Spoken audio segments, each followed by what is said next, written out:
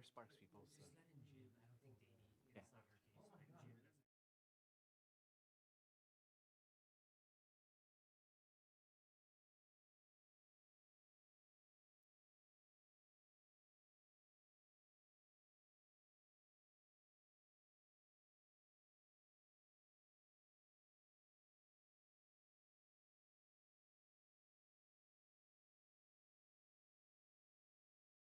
yeah. It's not her case, but in gym, that's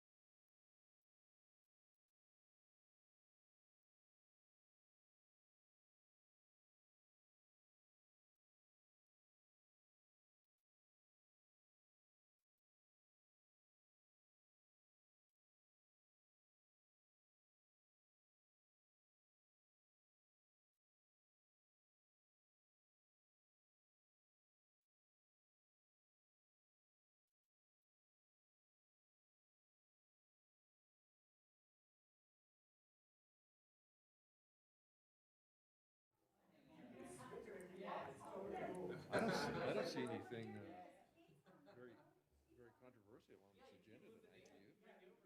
No, I think the two Sparks items, they went pretty smooth on our end, and I think staff did a good job with the conformance review stuff and the Hey, RTP. Peter and Kate, can you hear us okay? It's always interesting. All right, Yes, we can hear fine. perfect.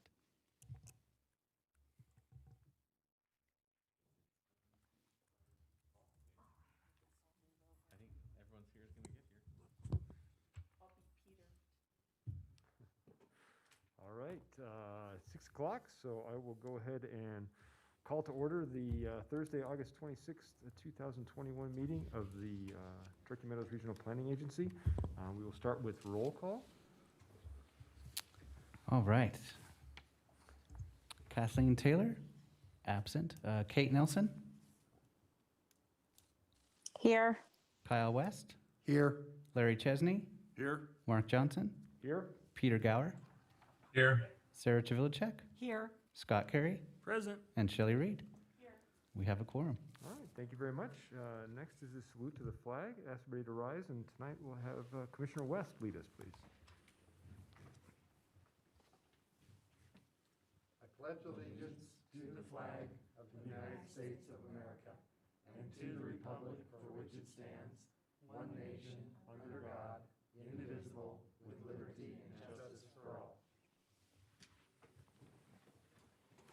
All right, thank you very much. Next item on the agenda is the approval of the agenda. So I'm looking for a motion to that effect. Chair Johnson, Yes, Commissioner Chavilicek. move to approve the agenda. Thank you. I have a motion. Looking for a second. Chesney, a second. We have a motion and a second. Any further discussion? All those in favor? Aye. Aye. Opposed? Okay, motion carries. Next on the agenda is public comment. Damien, do we have anybody for public comment this evening? We have not received any for in-person or digital. Great, thank you very much. So we will close public comment for now and move on to approval of the minutes from the August 2nd, 2021 Regional Planning Commission meeting. Mr. Commissioner Chair, Gower, move to approve. Okay, I have a motion from Commissioner Gower. Looking for a second? I'll second Commissioner Carey. Thank you. Okay, excellent. Motion from Commissioner Gower and a second from Commissioner Carey. Any further discussion? All those in favor? Aye. Aye. Aye. Opposed? Okay, motion carries. And we will move on to business of the day. Our first item for that is public hearing on regional plan conformance review, the 2050 Regional Transportation Plan. Thank you, Mr. Chair. Jeremy Smith for the record. I'm going to take us through this item. Thanks, Nate.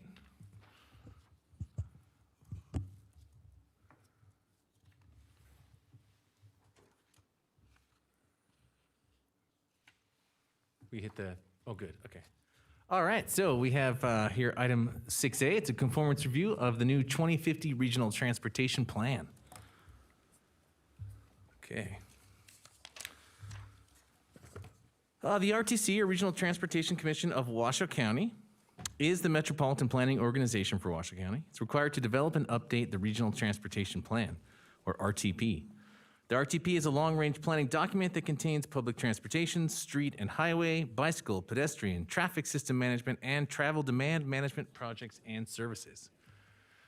The Regional Transportation Plan, this version, the 2050 version, was adopted by the RTC board on March 19th. Following that, they submitted it to federal entities like Federal Highways and finalized the product and then submitted to us on July 12th so that we could do a conformance review and bring it here. Based on our analysis, we've found and recommend that the 2050 RTP conforms with the 2019 regional plan. So the update process was pretty robust, honestly. Extensive public outreach, there was stakeholder engagement, a series of technical studies. There's an updated project prioritization framework. So at the end of the plan, there's a huge list of projects that the RTC has built into basically the long-range plan. And as part of that, they included our new regional land designations, or tiers, in the prioritization of both the mixed-use core and Tier 1 areas were prioritized. So projects that fell in that area got a higher score.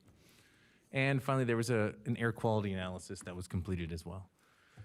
The plan has 4 guiding principles, and you may remember this because we actually had the RTC, I think Amy Cummings came and did a presentation to you guys previously, kind of giving you a heads up on what was coming down the pike, so now we're here at the end of it. But the 4 guiding principles are safe and healthy communities, economic prosperity, equity, and innovation, sustainability and climate action, and increased travel choices. So those help guide the entire document. There's also a series of several goals that are in line with those guiding principles, things like promoting safety, integrating land use, improving regional connectivity and freight and goods movement, sort of investing strategically. And I think the RTC does an excellent job of engaging the public and getting that community support for their projects. If you want to read more about it and see the entire document and read the list of projects and all that good stuff, it is available at the website here at the RTC's website there, Metropolitan Planning link. Okay, so for us, we have a couple policies that guide how we deal with an updated regional transportation plan. First off, we've got Public Facilities Policy 10, which indicates that each RTP needs to go through a conformance review as a affected entity facilities plan. And so to do that, we use RC9, which is our typical conformance review criteria, the 5 sections of the plan. We're gonna go through those, but also, you remember we went through a process when we adopted the 2019 regional plan where each master plan and affected entity plan, we identified those things that were new in the 2019 plan that weren't quite in the master plans yet. And we came up with a list of scheduled additions that each of the entities have been working towards achieving, or in most cases have already achieved in their plans. Well, in this case, the scheduled additions were slated for this updated 2050 RTP. And so one of the things we looked for in our conformance was that done? So I'll tell you about that. Here's what we had asked for scheduled additions. Number 1, that there was an acknowledgement of the new regional land designations or tiers, and that they get incorporated into the decision-making process for the RTP. Also wanted to have the RTP acknowledge the language around our PF1 policy, the new facilities standards table. And then finally, recognizing the priority hierarchy we've set up, which is basically concentric. We have a priority and investment hierarchy that moves out from the mixed-use core, number 1, to tier 1, to tier 2, 3, into the rural area. So those were the 3 things we asked them to address specifically in their update. Okay, so moving in then into the 5 policy sections of the regional plan in terms of population growth, the RTC and TMRP have a great history of working together. We're co-located in the terminal building. We have a shared work program that's been very successful. And one of the key elements of the shared work program is that we take the consensus forecast projections, we spatially disaggregate them onto the landscape, and then we re-aggregate them into the traffic analysis zones and feed that information then to the RTC. That's a major input into their travel demand model, which is one of the ways they also prioritize and identify projects that are needed. So we have a great relationship, and they're using our population projections, meeting this policy or the population growth section. In terms of regional form, that's really about our TMSA and regional land designations or tiers. And this is one of the scheduled additions, and they in fact did acknowledge the tiers. So they not only in a narrative fashion in the text, but as I mentioned, used the mixed use core and the tier 1 geography as a project prioritization tool. And we can see that, I'll show you in a sec, the data we've looked at once before. But so that one we feel has been met. In terms of public facilities and services, thinking about our table and the standards and the priority for investment, as well as PF10, which says, hey, we need to do a conformance review. All of that's been met.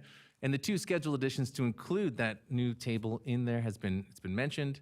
And likewise, we can see a clear pattern when we analyze this data, as I showed you before with the TMAR presentation, that that project prioritization aspect where they scored things higher if they were the mixed use core or tier 1 really seems to have been borne out in the project list, especially in the 2 near-term periods. So just taking a sec with this graph, I think we've looked at it before, but the first one is for the first 5 years, so the near-term projects. And the dark blue and the next dark shade of blue on the right of that first pie graph, 24.6 and 38.0, that refers to the percent share of dollars being spent to fund projects in the mixed-use core and tier 1.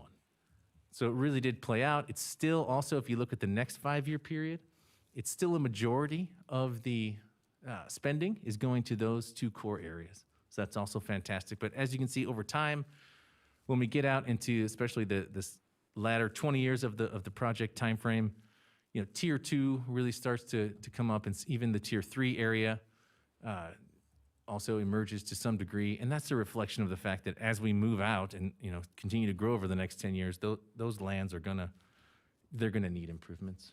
And so, yeah, I think we have the right timing. That stuff's contemplated for later, and up front, we're addressing our prioritization hierarchy. So feel really good about this analysis and the RTP project list in general in terms of the regional plan. Natural resources policies, I mean, obviously right off the bat, guiding principles and goals, looking at climate action, sustainability, healthy communities. Air quality analysis gets at our natural resources as well. The electric bus fleet, helping us to be more renewable oriented, right? And, you know, cutting down on the tailpipe emissions, and also just the general directionality of the RTC in terms of creating complete streets, really emphasizing multimodal. It really is increasing residents' abilities, you know, to choose not to drive and still be able to get around. So that's a great step in the right direction in terms of natural resources and protecting our air quality especially. In terms of regional coordination, we didn't identify any conformance issues there. All the scheduled additions were addressed. And I just want to highlight again, I think the shared work program has been a great success, and we look forward to continuing that moving forward. We've just actually enlisted the help of James Weston, who's a GIS tech analyst at the RTC, to help us with some of the modeling work. So we're trying to integrate even more. Okay, so with that, I'm happy to answer any questions. I believe Dan Dunges from the RTC is also available on the call to answer questions, and there's a motion above you and on page, looks like 11 of your packet. Thank you. All right, thank you, Director Smith. Before I open it up for questions, I do want to check to see if we have any public comment on this item. I've not received any for this item. I do see 3 people on the Zoom call, but we have a system for sharing public comment. Do you want me to perhaps do that really quickly, just so folks are aware? If they want to submit. That would be great, just yeah. to get that for this and the future. Yeah, no worries. I'm going to share my screen real quick for anyone watching the meeting in case you do want to leave public comment. This is the process that we would like you to use.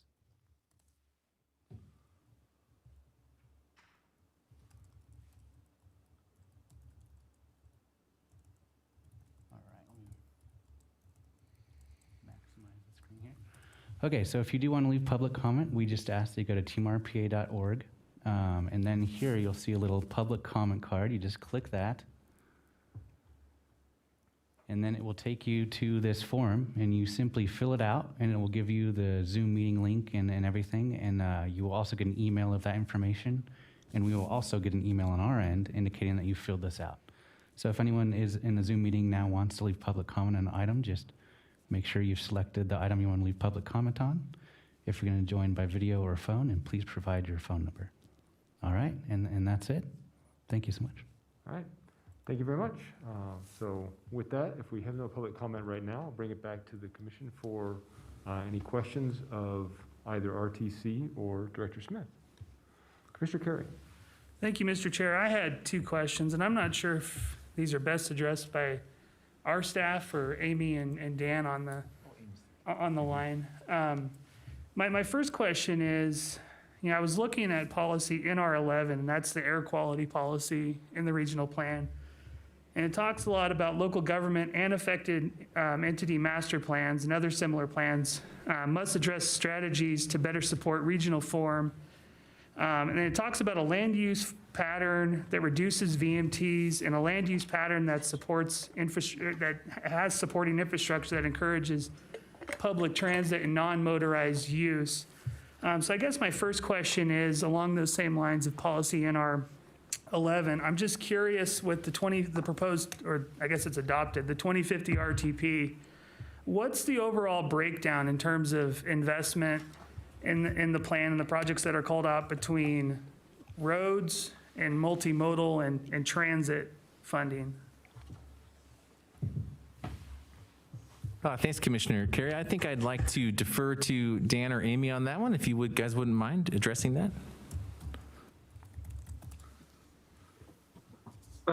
Thank you, Jeremy and Commissioners. Dan Denges, Planning Manager with RTC.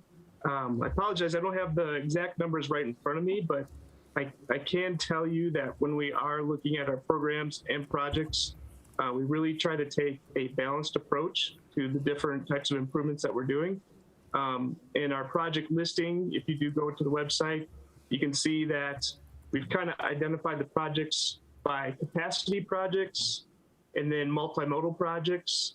And we have a whole section of the RTP, which is really dedicated more to transit and how we want to expand operations if feasible, and how we're really adding some new services such as the Flex Ride, which I think this commission is, we presented about that before, and other services to really kind of address that growth in some of the outlying areas. So, I'm just gonna spitball here, and I would say, just by looking at our transportation improvement program, which is kind of the first 5 years of the RTP, that we're about, I would say probably about 30 to 40% capacity projects, and probably somewhere around the 20% transit.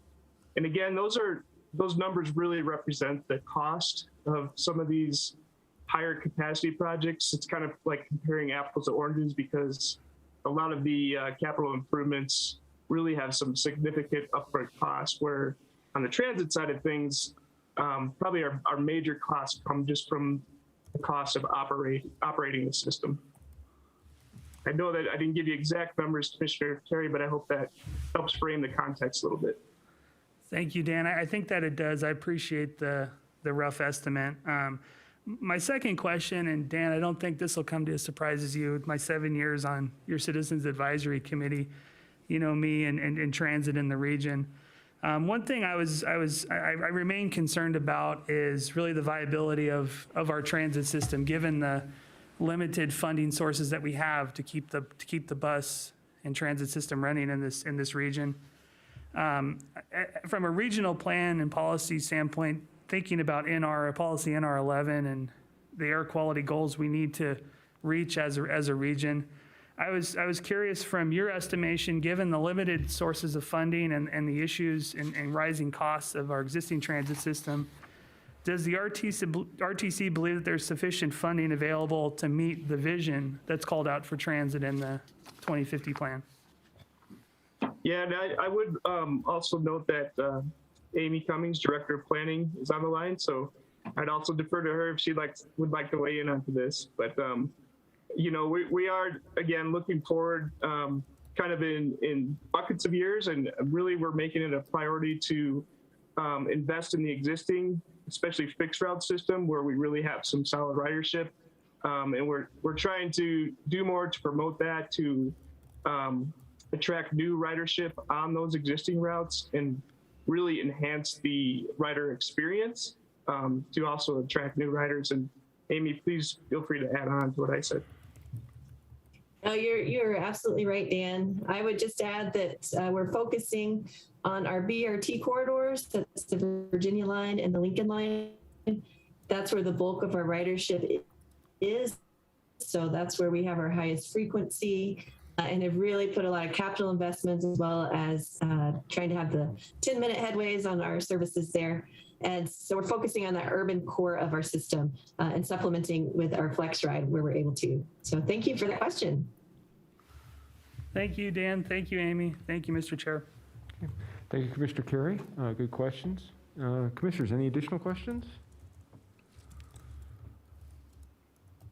I'm not seeing any. Okay. Well, with that, I would be looking for a motion of acceptance of the RTC. Commissioner Chesney, to the chair. Thank you, Commissioner Chesney. I move to find the 2050 Regional Transportation Plan in conformance with the 2019 Truckee Meadows Regional Plan, based on the findings listed in the staff report. Thank you, Commissioner Chesney. I have a motion. Looking for a second. Chairman West. Excuse me. Commissioner West, I moved myself up, sorry. the gavel is yours. Yes. I second that motion. Okay, thank you. I have a motion and a second. Is there any additional discussion? Commissioner Carey? Thank you, Mr. Chairman. I appreciate the indulgence on my questions about the RTP. I really appreciate the incorporation in the regional plan and in the RTP with the prioritization of the land uses. I really think that this is going to help better align transportation investments with our regional land use patterns. And I concur with staff's recommendation that overall this RTP is going to be in concurrence with the regional plan. It's going to help advance and support RF2 and PF2 of the regional plan. I appreciate the discussion on NR11 tonight, and I just wanted to kind of highlight that for my colleagues and for staff, because I had a chance to take a look at the 2020 RTP, and I kind of got a kick of looking at the projects and the vision for transit at that point, and here we are in 2020 and where we're at. I remain really concerned, and this has nothing to do with the RTP, but I really remain concerned overall with the limited amount of funding we have available for transit in this region. We're essentially dealing with the same amount of funding today as we were 20 years ago. And I know when I was wearing my hat as a Sparks Planning Commissioner, we were looking at the regional plan. At the RTP. I was really concerned about the transit cuts that we've sustained, that we've had in Sparks, the impact that that's had on our comprehensive plan, our land use pattern, and what we've been trying to do as a city for development. And I think it's important moving forward that we maintain that there's a good ratio, that we're not just building regional roads all over the place and expanding the regional urban footprint, but that we get more of a multimodal mix and that we have an actual viable, sustainable transit plan. I think it's going to take investment. I know that this is an issue that RTC is well aware of, but I want to highlight it on this because I think it has a direct correlation with our regional plan, in particular that policy NR11. If we fall out of attainment from an air quality standpoint as a region, that can have huge impacts from funding overall, as well as health impacts. And so I think I just wanted to bring that up, and I will be supporting the motion, but I think I remain cautious about the ability to meet the vision for transit and how that's going to help support our regional plan moving forward. Thank you. Thank you, Commissioner Carey. I appreciate the comments, and I do just want to say before I do the final vote that definitely appreciate the alignment that we've seen here between what the regional plan is and now the RTC plan, and especially just looking at the graphics as Jeremy highlighted here in terms of where the investment is going. And it's really, I think from the different jurisdictions, we're seeing a lot of projects kind of all over the different tiers. But to see another regional partner that's focusing as much on trying to spur that level of development in the core and in tier one is very exciting, and we're definitely applauding that. So I just wanted to thank you for that.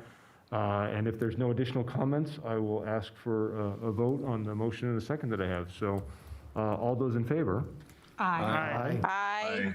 Opposed? Motion carries unanimously. Dan, Amy, thank you very much for your attendance, and we look forward to hearing more about you as this moves forward. Thank you. Thank you.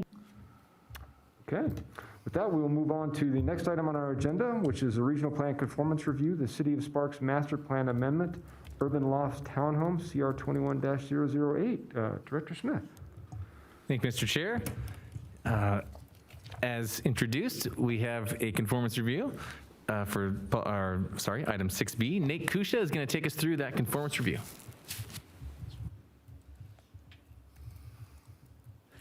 Thank you, Director Smith.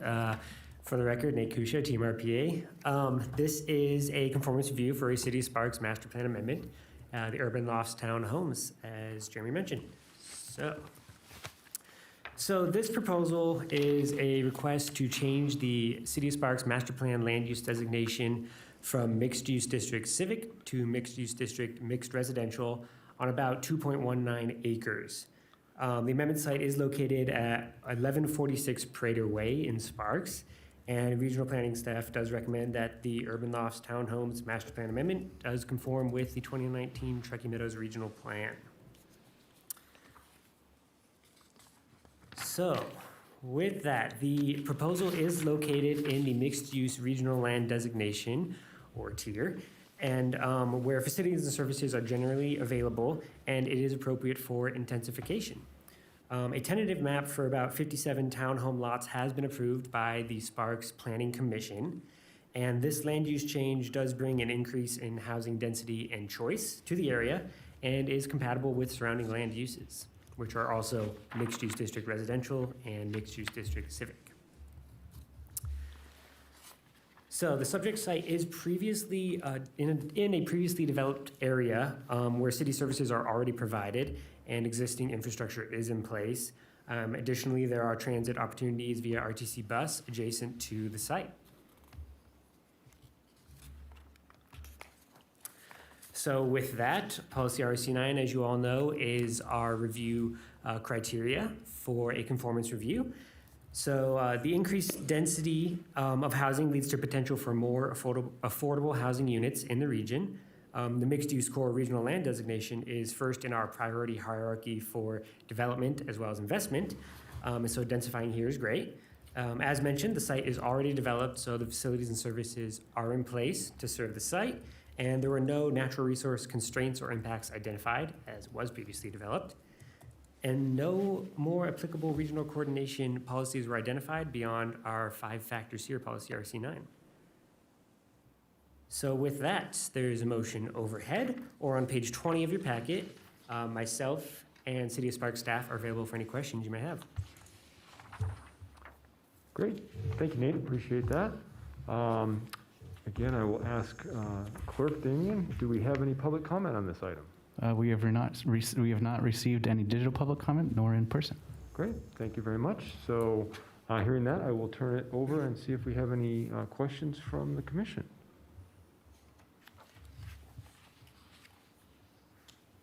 I'm not seeing any questions. Nobody's raising their hand.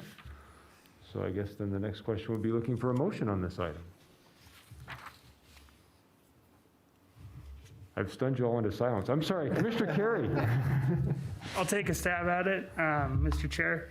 I move to find the Urban Lots Townhomes Amendment to the City of Sparks Comprehensive Plan in conformance with the 2019 Truckee Meadows Regional Plan based on the findings listed in the staff report. Thank you, Commissioner Carey. I have a motion. I'm looking for a second. I'll second that motion. Okay, I have a second. Commissioner West got to the buzzer just before Commissioner Gower, so I'll give him the second. So I have a motion and a second. Is there any further discussion? Okay, then I will call for a vote. All those in favor? Aye. Aye. Aye. Motion carries unanimously. All right, thank you very much.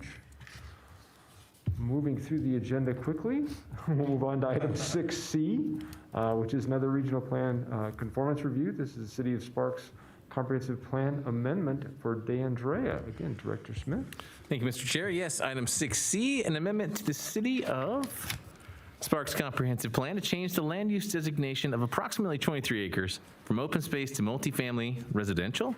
The amendment site is located within a larger parcel that totals 118.6 acres in size and is generally located at 2351 Gino Martini Parkway. For this item, we have policy analyst Nate Kusha. Good evening again, Commissioner. For the record, Nate Kusha, Team RPA.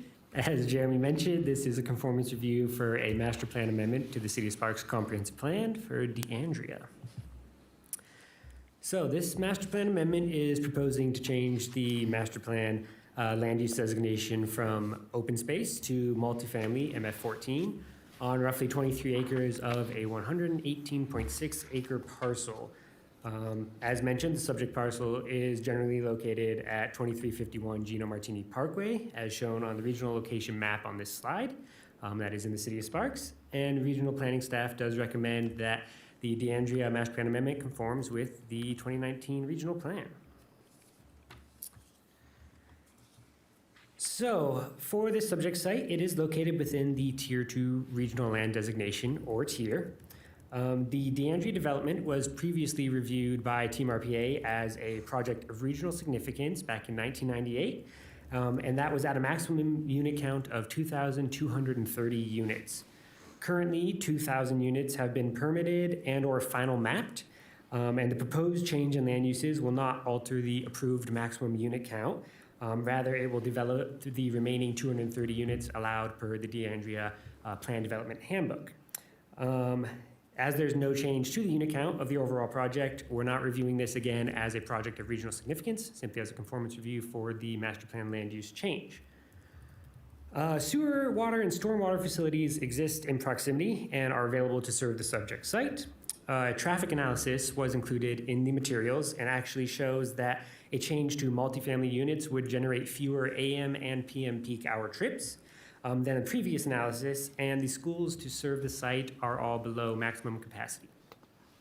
As you can see on this map overhead, there is a regional utility corridor that runs through the subject site. All regional plan utility corridor or regional utility corridor policies will be adhered to, and that is enforced through the Sparks Master Plan as well, or Sparks Comprehensive Plan rather, they call it. They have policies that say they will adhere to our regional plan, regional utility corridor policies.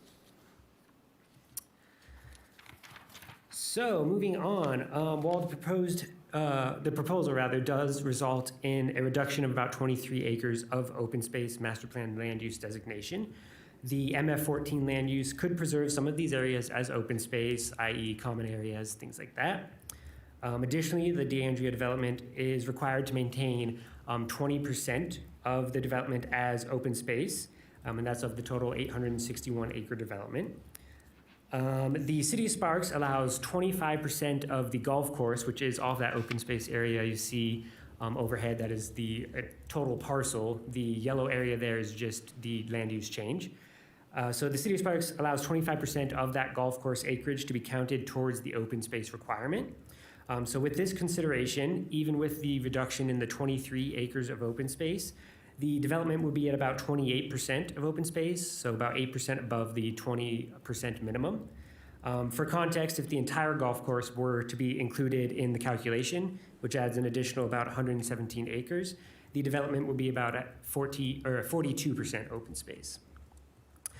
City of Sparks staff has also indicated that the loss in open space may have a positive impact, and such that the cash infusion from the proposed units would serve to help get the golf course back up and running. Currently, it is not.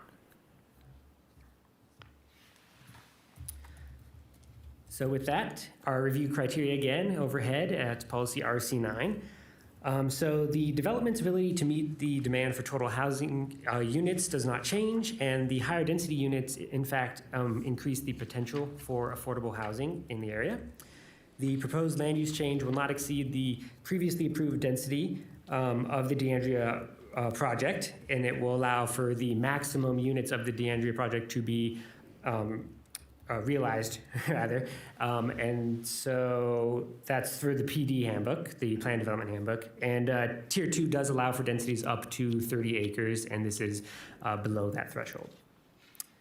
The facilities and service needs of the entire DeAndrea project were analyzed as part of that first conformance review for the PRS, so there is no change there. And the City of Sparks has indicated that public facilities and services have been planned for that full build-out of 2,230 units.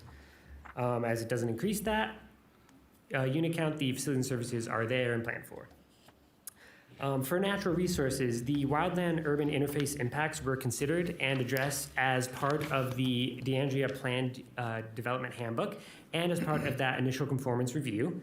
Additionally, the proposed amendment is internal to the DeAndrea development, so WUI impacts are considered and anticipated to be minimal. With that said, in the DeAndrea handbook, they do address WUI concerns, and there are guidelines for the fringes of the development and how they handle WUI. Finally, we found no more applicable policies in the regional coordination section beyond policy RC9, our conformance review findings. So with that, there's a motion overhead. This concludes my presentation. Myself, as well as City of Sparks staff, are available for any questions. Great. Again, thank you, Nate. Appreciate that. And we'll once again ask, is there any public comment on this item? We have received no in-person public comment or digital public comment for this item. Okay. Thank you, Damien. With that, we'll close public comment and bring it back and see if there's any questions from the commissioners on this one. Commissioner Chivilicek. Thank you, Chair Johnson. Not so much a question, but as more of a comment as we went through the regional plan update and such, is that I continue to be troubled that golf courses are considered open space. And if this goes back to a golf course, it's restricted open space. It's not accessible open space. So I just want to be on record for saying that golf courses are not open space. And to that end, just if I may, real quick, I think this is something that we hope to address through our natural resource plan process, as well as kind of delineating the different types of open space, what that means, if they're publicly accessible, private, or what it is. So we're hopefully getting at that going forward. But for now, this is just purely based on the land use, master plan land use designation. Thank you. Thank you, Commissioner Chivilicek. Additional questions, comments? Not seeing any. I do appreciate that question. This has come up in Reno as well with the issue of golf courses and their zoning and how to address that. So I appreciate that as part of the regional, looking forward at the natural resources aspect of things. So if there's no additional questions or comments, I would entertain a motion on this. Mr. Chair, I'm prepared to make a motion. Thank you, Commissioner Reed. I move to find the DeAndrea Master Plan Amendment to the City of Sparks Comprehensive Plan in conformance with the 2019 Truckee Meadows Regional Plan based on the findings listed in the staff report. Thank you, Commissioner Reed. I have a motion. Looking for a second. Chesney will second. Thank you. Motion for Commissioner Reed and a second for Commissioner Chesney. Is there any additional discussion? Okay. All those in favor? Aye. Aye. Opposed? Okay. Motion carries unanimously. Thank you, Commissioners. Thank you, Nate. Okay, with that, we'll move on to item number 7, members and directors reports. We'll start with Director Smith. Thank you, Mr. Chair. Jeremy Smith for the record. Just a short report today. Our next regularly scheduled RPC meeting will be for Thursday, September 23rd at 6 p.m. It will be in these chambers unless we provide otherwise, if we have to go to Zoom, depending on how things go, but hopefully we'll be here. I wanted to let you know that this week I participated in another Truckee Meadows Tomorrow panel, this one on land use and infrastructure. I was joined by some heavy hitters, John Enlow from Tumwa, Amy Cummings from the RTC, Adam Searcy from the school district, and Eric Young from Washoe County. It's going to be available Tuesday, August 31st, I think is the date. So I will send out a link to that talk so you guys can watch it if you're interested. And you could also go back in time and find the one when I talked about housing a little bit. They're all on that same page. So that's kind of a neat thing. And it was pretty enlightening actually to hear about those folks' take on, how we're meeting the demands of growth with infrastructure. Happy to report that the Regional Planning Governing Board was pleased with and approved the scope of work with our natural resource planning data gathering effort with Cardno. We had a nice discussion with them yesterday, and basically we have now pretty much all engines firing. We're starting to do multiple things, concurrently to get that thing kicked off. I think what you can look forward to seeing soon is a centralized web portal for the Natural Resources Plan Initiative where you can go and get information about what we're planning to do. We've got a neat little thing we're trying to get into the school district to ask kids about what they think about natural resources. And we're really going to try and leverage our GIS technology and smartphones to hopefully do some citizen science crowdsourcing of data and information. So, we'll sure send you that link so you can check that out as soon as we get it up and running. And then finally, I have not forgotten that you guys would like to learn more about the wildland urban interface. We talked about it a little bit tonight, but we are planning to bring an item back to discuss that. We just didn't quite make it for this meeting, so hopefully we'll get that for you on the next one. With that, that's all I got. Thank you. Okay. Thank you, Director Smith. Any members' reports? Okay. Legal counsel report. Thank you, Mr. Chair. Jessica Prenti for the record. Nothing to report. Okay. Thank you, Jessica.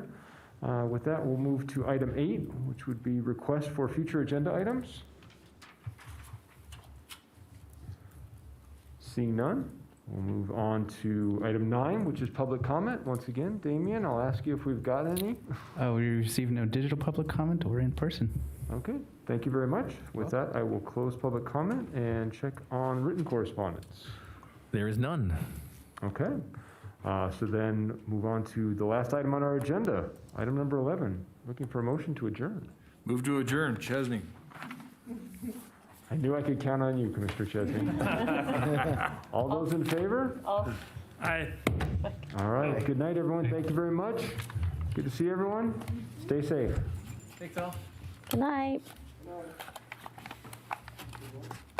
Guess we didn't.